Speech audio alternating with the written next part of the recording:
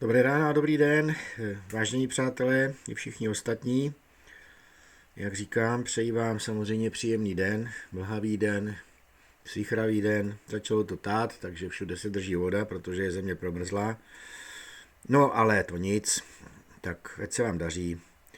Užijte si víkend, když už přišel, ale jinak je nejlepší zůstat doma, tedy u krbu nebo u kamen.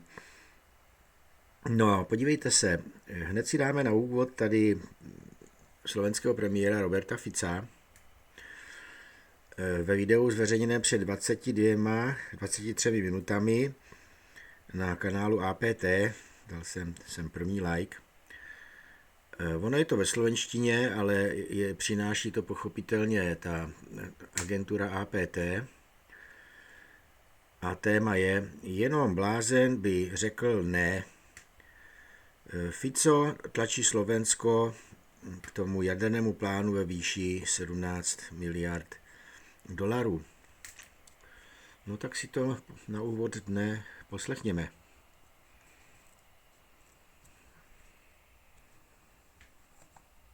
Vážení priatelia, pozdravujem vás ešte z ranného Washingtonu, kde mi začína pracovná návšteva Spojených štátov amerických. Chcem s plnou vážnosťou požiadať protislovenskú opozíciu a médiá, aby si v súvislosti s touto návštevou zachovali aspoň posledné zostatky dôstojnosti. V zahraničnej politike som celý čas ako predseda vlády konzistentný a predvídateľný. Suverénnu slovenskú zahraničnú politiku, orientovanú na všetky 4 svetové strany, opieram o dôsledné dodržiavanie medzinárodného práva, nezasahovanie do vnútorných záležitostí iných krajín, o rešpekt k významným svetovým lídrom a o boj za slovenské národno-štátne záujmy. Nepatrí medzi tých európskych politikov, ktorí jeden deň označia ruského prezidenta Vladimíra Putina za Hitlera.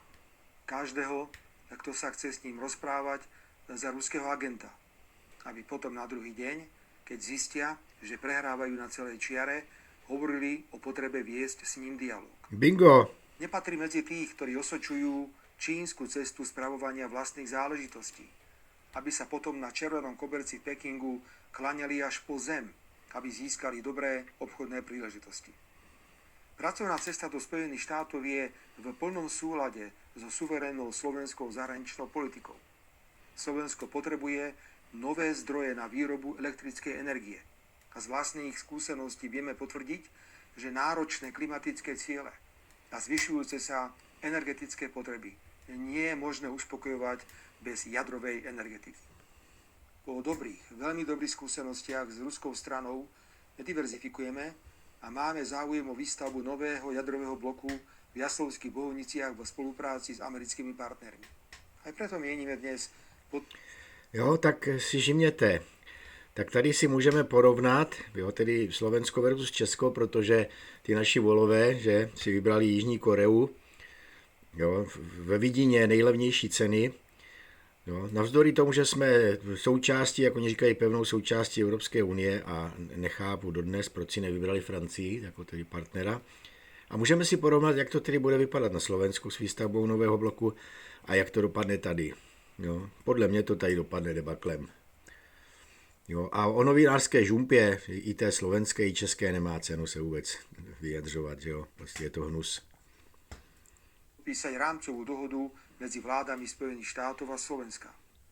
Až po podpise tejto zmluvy sa môžeme začať rozprávať o konkrétnej spolupráci Slovenska s americkými a ďalšími firmami pri výstavbe nového jadrového bloku.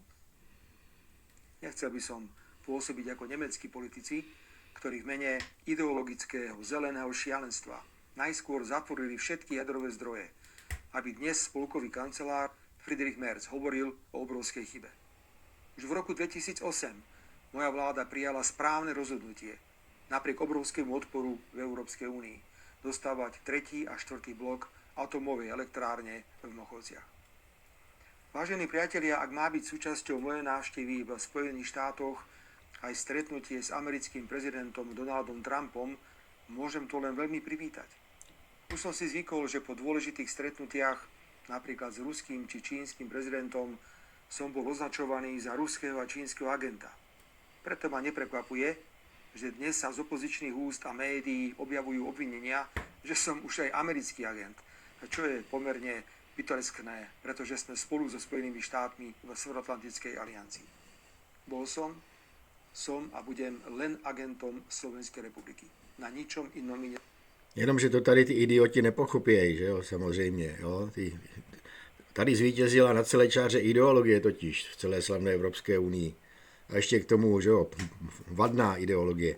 záleží. Som zhrozený z retoriky protislovenskej opozície a médií, ktorá je zmesou šialenstva, nenávisti a neznalosti. Pre každého premiéra malej krajiny musí byť cťou mať možnosť rokovať so svetovými lídrami a získavať informácie, ku ktorým sa protislovenská opozícia kvôli svojej tuposti nikdy nedostane. Na záver, zachytil som, že opozícia chce kvôli ceste do Spojených štátov a zámeru postaviť nový jadrový blok zvolávať mimoriadny hospodársky výbor Národnej rady. Ide o čisté zúfalstvo. Ale ak chcú rokovať, tak nech si ako prvý bod rokovania dajú, ako pomohli v rokoch 2020-2023 strategickému výrobcovi hliníka v Žiari nad Hronom do hrobu. A ako hostí by si tam mali posediť Matoviča Hegera a toho génia z progresívneho Slovenska Ódora, ktorý poctivo zatlkal do rakvy Slovalka posledné klinčeky. A ako druhý bod môžu prerokovať sťažnosť Šimečku mladšieho, že na Európskom výbore sedí nižšie ako ja, čo považuje za mimoriadne vážny zásah do jeho osobnosti. Pane Fico, máme my tady něco podobného. Víte, Rakušan, že? Šebelová, Fiala, a nevím, Vlček, víte, Lipavský a podobné sorty, že? Hřib, Kupka, no to nebudu vymenovat všechno, tyhle ty exoty. Už som mu dal kúpiť vysoký vankúš, ktorý si najbližšie môže dať pod zadok. A teraz úplne vážne. Len blázon by nevyužil pripravenosť územia v Jaslovských Bohuniciach na výstavbu nového jadrového bloku. Máme EÚ, máme povolenie umiestnení stavby. Len získanie týchto povolení by trvalo 10 rokov. Aj najväčší opoziční zurvalci vedia, že atomová elektráreň je pri súčasnom európskom nastavení cien elektrickej energie doslova mašina na peniaze a bez problémov zarobí na náklady jej výstavby. Preto nech psi štekajú. Karavána ide ďalej. Sme hrdí, odvážny, pracovitý národ s jedinečnými skúsenosťami s jadrom a vo svete je jadrový boom. Bolo by bláznostvo všetky tieto okolnosti nevyužiť. Som hrdý. A jak je to dlouho, co tady hulákali, víte, Brusel a podobné obskurní společnosti, jak tady bojovali proti jaderné energetice, víte. No a když si vzpomeneme na období po tom listopadovém debaklu, že po tom převratu, víte, jak tady hulákali, žádné jaderné elektrárny, jo. Nic, jo, Rakušani nás kritizujou, přeci nebudeme naštvávat Rakušany, že jo. Prostě Havloidi, zejména, víte, začali řvát proti jaderným elektrárnám a všichni okolo řvali taky, aby po 30 letech jim došlo, že jsou blbí, jo, že mají prázdné hlavy a vrací se k tomu, co je jedinou cestou vpřed, jo, v energetice momentálně. Nějaké ty obnovitelné zdroje, prosím vás, nebuďte směšný. Že som Slovák. A urobím všetko preto, aby som našu milovanú vlast nielen v Spojených štátoch, ale aj na celom svete dôstojne reprezentoval.